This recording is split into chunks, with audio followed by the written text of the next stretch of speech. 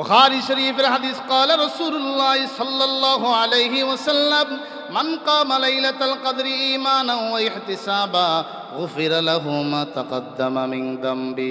ঈমানের সাথে সওয়াবের আশায় শবে কদরে লাইলাতুল কদরে একটু বন্দেগী করবে, আল্লাহ পাক রব্বুল আলামিনের পয়গম্বর বলেন পিছনের জিন্দেগীর সব গুনাহ আল্লাহ মাফ করে দিবেন। সুবহানাল্লাহ, আরো জোরে সুবহানাল্লাহ। এক রাতের ইবাদত হাজার মাসের ইবাদতের চাইতেও উত্তম। পূর্বের নবীর উম্মত শত শত বছর হায়াত পেয়েছে, হাজার হাজার বছর হায়াত পেয়েছে, জিহাদের ময়দানে হাজার বছর কাটিয়েছে, নামাজ নফল বন্দেগীতে হাজার হাজার বছর কাটিয়েছে। শেষ নবীর উম্মতের হায়াত কম, জান্নাতে যাবে সব নবীর উম্মতের আগে, কিন্তু হায়াত আল্লাহ স্পেশাল একটা পাওয়ার দিলেন, একটা রাত দিলেন। এই রাতকে তালাশ করো, এই রাত তালাশ করো, রাতকে তালাশ করে আমল করো। এক রাতের আমল এক বছর বলেন নাই, এক মাস বলেন নাই, মাত্র এক রাত। কয় রাত? জোরে বলেন কয় রাত? এক রাতের আমল হাজার মাসের আমলের চাইতেও বেশি সওয়াব। সুবহানাল্লাহ। শেষ দশকের বেজর রাতগুলো, বুখারী শরীফের বর্ণনা, শেষ দশকের বেজর রাতগুলো 21, 23, 25, 27, 29, মাত্র 5টা রাত। দিন রাত লাগবে না, মাত্র 5টা রাত। 5টা রাত তালাশ করো, হতে পারে এটা তোমার জিন্দিগির শেষ রমাদান। এই সবে কদরের আমল নিয়ে কবরে যাও, মহান আল্লাহ তোমার কবর জান্নাতের বাগান বানায় দিবেন, জিন্দিগির সব গুনাহ আল্লাহ তাআলা মাফ করে দিবেন। সুবহানাল্লাহ।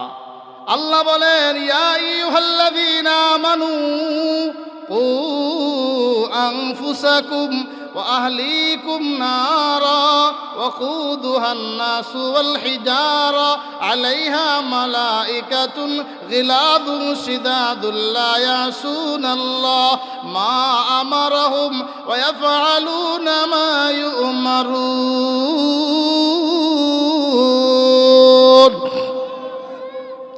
আল্লাহ বলেন হে ইমানদার বান্দা বান্দিরা, নিজেদেরকে তোমরা জাহান্নাম থেকে বাঁচাও, তোমার পরিবার পরিজনকেও জাহান্নাম থেকে বাঁচাও।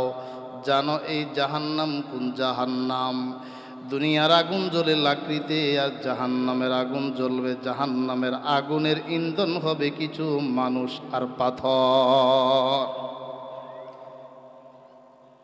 পানি দিলে আগুন নিভে যায়, কিন্তু আগুন যদি গ্যাসের আগুন হয়, পানি দিলে নিভবে না, বাড়বে।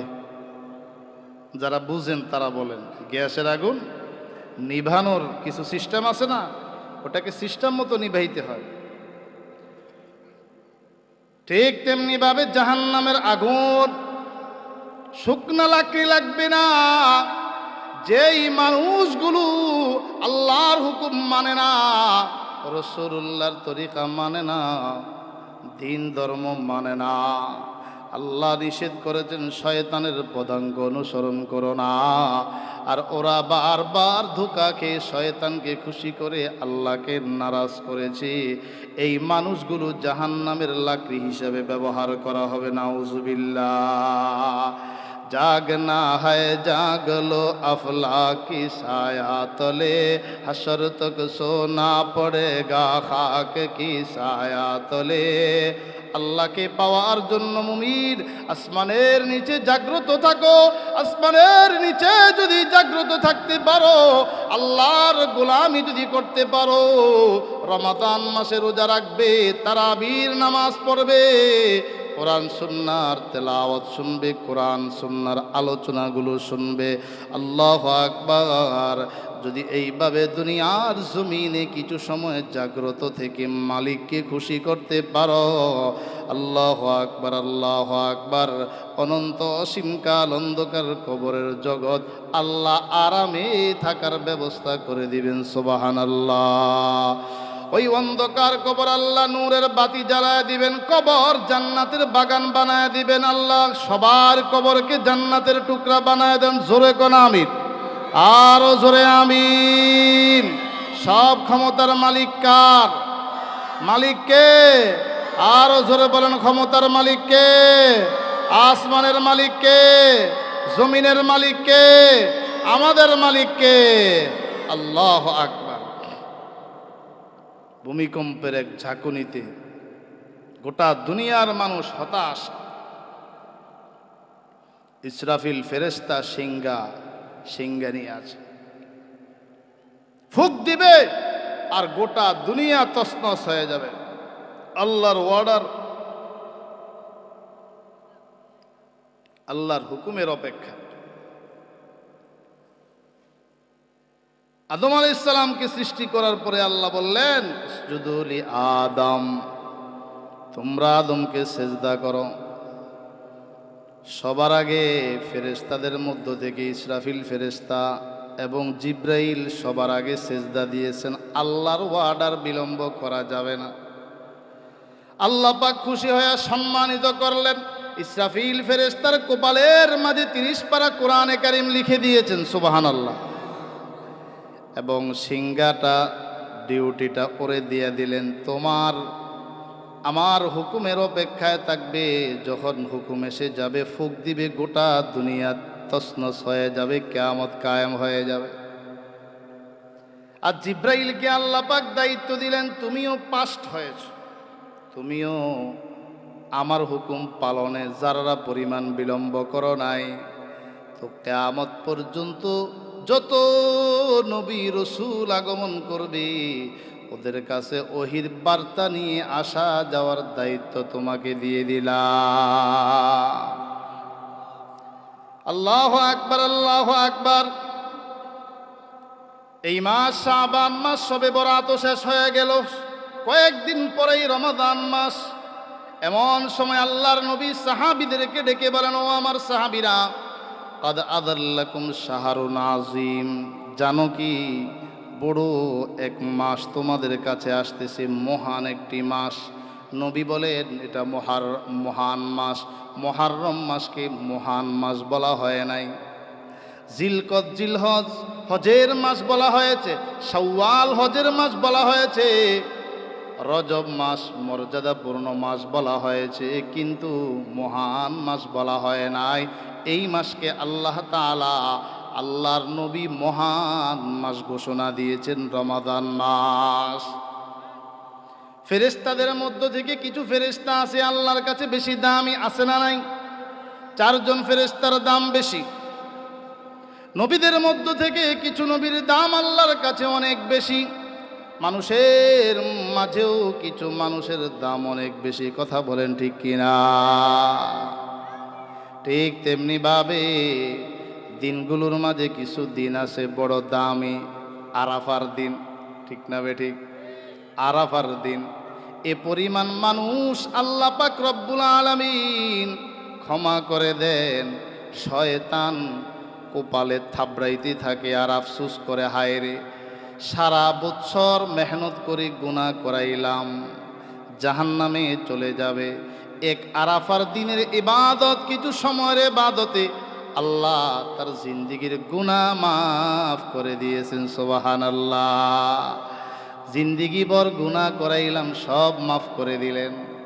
এমনি ভাবে রাতের মাঝে কিছু রাত আছে বড় দামি। ওই দামি রাতগুলোর মাঝে মহাদামি রাত, যেই রাতের কোনো তুলনা হয় না, যেই রাতের কোনো মিছিল হয় না, যেই রাতের কোনো উপমা হয় না, যেই রাত আল্লাহ পূর্বের কোনো নবীকে দেন নাই, যেই রাত আল্লাহ পূর্বের কোনো নবীর উম্মতকেও আল্লাহ দেন নাই, যেই রাত কাউকে দেওয়া হয় নাই, একমাত্র শ্রেষ্ঠ নবী, শেষ নবী মুহাম্মদুর রাসূলুল্লাহকে দেওয়া হয়েছে, তার উম্মতকে দেওয়া হয়েছে। জোরে কোন সুবহানাল্লাহ। বুখারী শরীফে আছে। আর ওই রাতের কথা আল্লাহ কোরআনে একটা সূরা বানায় দিয়েছেন, লাইলাতুল কদর, আছে না নাই? আল্লাহর নবী বলেন, এই রমাদান মাসকে 3 ভাগে ভাগ করা হয়েছে। আউয়ালুহু রাহমা, আওসাতুহু মাগফিরা, আখিরুহু ইতকুম মিনান নার। প্রথম দশক রহমতের, শুধুই রহমত, শুধুই রহমত, শুধুই রহমত। আল্লাহর কাছে রহমত চাইব, রহমত চাইব। বছরে 3টা পরীক্ষা নেওয়া হয় কওমি মাদ্রাসার মাঝে। আল্লাহ পাক রব্বুল আলামিনও রমজান মাসটাকে 3টা ভাগে ভাগ করলেন। প্রথম রহমত, বেশি বেশি আল্লাহর কাছে রহমত চাও। এই পরীক্ষায় পাশ করলে যদি রহমতটা তুমি পেয়ে যাও, এরপরে আল্লাহর কাছে তুমি ক্ষমা চাইতে পারো। আল্লাহ আপনি আমাকে ক্ষমা করে দেন, আল্লাহুম্মা গফিরলি, পড়েন না, আল্লাহুম্মা গফিরলি, আল্লাহ আমাকে মাফ করে দেন, আল্লাহুম্মা গফিরলি, আল্লাহ আমাকে মাফ করে দেন। এই পরীক্ষায় পাশ করলে এবার তুমি আল্লাহর কাছে চাও, মাফ তো করে দিলা, এবার জাহান্নামীদের লিস্টি থেকে নামটা কেটে দাও।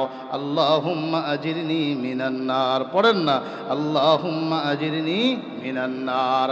প্রত্যেক নামাজের পড়ে পড়েন, ইফতারের আগে দোয়ার মাঝে হাতটা উঠায়া চোখের পানি ছেড়ে দিয়ে আল্লাহর কাছে কাঁদেন, আল্লাহুম্মা আজিরনি মিনান নার, আমাকে জাহান্নাম থেকে বাঁচাও, আমার বাবা মাকে জাহান্নাম থেকে বাঁচাও, আমার বিবিকে জাহান্নাম থেকে বাঁচাও, আমার সন্তানদেরকে জাহান্নাম থেকে বাঁচাও। ইফতারের সময় টেলিভিশনের দিকে নজর নয়, ইফতারের সময় নজর আল্লাহর দিকে, আল্লাহর রহমতের দিকে। টিভিটা বন্ধ করে দেন কমপক্ষে 10টা মিনিট আগে। এবার দুরূদ শরীফ পড়েন, ইস্তিগফার পড়েন, আল্লাহর কাছে চান। রোজাদার যখন ইফতারের সময় দোয়া করে, আল্লাহ নবী বলেন লা ইউরাদ্দু, তার দোয়া ফেরত দেওয়া হয় না। আল্লাহর কাছে চাইতে হবে, চাইতে হবে। এভাবে বললে হবে না, তকদিরে যা আছে তাই হবে। আল্লাহ এটাও তকদিরও রেখেছেন, আবার দোয়াও করতে বলেছেন। আল্লাহর রসুলের হাদিস, তকদির পরিবর্তন হয় না, তবে দোয়ার মাধ্যমে কখনো আল্লাহ তকদির পরিবর্তন করে দেন। কিসের মাধ্যমে? কিসের মাধ্যমে? দোয়ার মাধ্যমে তকদিরও পরিবর্তন হয়ে যায়। ইউনুস পয়গম্বর মাছের পেটে ঢুকেন নাই? বলেন না, ঢুকছেন কিনা? ইউনুস পয়গম্বর মাছের পেটে ঢুকেছেন, ঢুকার পরে মুখ বন্ধ করে বসে রয়েন নাই। ইউনুস পয়গম্বর আল্লাহর কাছে দোয়া করেছেন, লা ইলাহা ইল্লা আনতা সুবহানাকা ইন্নী কুনতু মিনাজ জালিমিন। ইউনুস পয়গম্বর দোয়া করেছেন, আমার আল্লাহ কোরআনে আয়াত বানায় রেখে দিয়েছেন, ফালাউলা আন্নাহু কানা মিনাল মুসাব্বিহিন লালাবিথা ফি বাতনিহি ইলা ইয়াউমি ইউবআসুন। আল্লাহ পাক রব্বুল আলামিন বলেন, ইউনুস পয়গম্বর যদি দোয়া না পড়তো, মাছের পেটে যদি তাসবিহ না পড়তো, কিয়ামত পর্যন্ত মাছের পেটেই তাকে থাকতে হইতো। ঠিক না বেঠিক? তাইলে দোয়া পড়েছেন, আল্লাহ বিপদ থেকে মুক্ত করে দিয়েছেন। ওই দোয়া আমার আপনার দরকার আছে না নাই? বলেন না, আছে না নাই? সারা বছর পারি না তাহাজ্জুদের নামাজ পড়তে, ও বাবা উঠেন না, মালিককে একটু ডাকেন। আল্লাহ ক্ষমা করে দিতে চান, আল্লাহ আপনাকে জান্নাত দিতে চান, আল্লাহ দেখতে চান বান্দা আমাকে একটু ডাকে কিনা, আমার কাছে চায় কিনা। সাহারি খাবো, 10-15 মিনিট একটু সময়টা বাড়ায়া, হাতে ঘুম থেকে উঠি, অজু বানায়া, জায়নামাজ বিছায়া, ছোট ছোট সূরা দিয়ে 2 রাকাত কমপক্ষে 4 রাকাত নামাজ পড়েন, 8 রাকাত নামাজ পড়েন, তাহাজ্জুদের নামাজ পড়েন, হাতটা উঠায়া দেন, বান্দা কি চাইবা চাও। আল্লাহ পাক ডাক দেন, বান্দা চাও, আমি আল্লাহ তোমার সকল চাওয়া পাওয়া পূরণ করে দিব। সুবহানাল্লাহ, আরো জোরে সুবহানাল্লাহ। উদউনি আস্তাজিব লাকুম, আমার কাছে বান্দা চাও, আমাকে ডাকো, আমি আল্লাহ তোমার ডাকে সাড়া দিব। আপনার সন্তান অসুস্থ, আপনি নিজে অসুস্থ, বিবি অসুস্থ, মা বাবা অসুস্থ, ডাক্তারের কাছে যান, কোনো বাধা নাই। তবে সাহাবায়ে কেরামদের আদত ছিল, আগে 2 রাকাত নামাজ পড়ে আল্লাহর কাছে চাইতেন, তারপরে তারা দুনিয়া অন্য জায়গায় যাইতেন, আগে আল্লাহর কাছে চাইতেন। রোগ দিলেন যে আল্লাহ, কোনো পরীক্ষা নিরীক্ষা ছাড়া, ঔষধ বড়ি ছাড়া ওই আল্লাহ আপনার রোগ ভালো করতে পারেন কি পারেন না?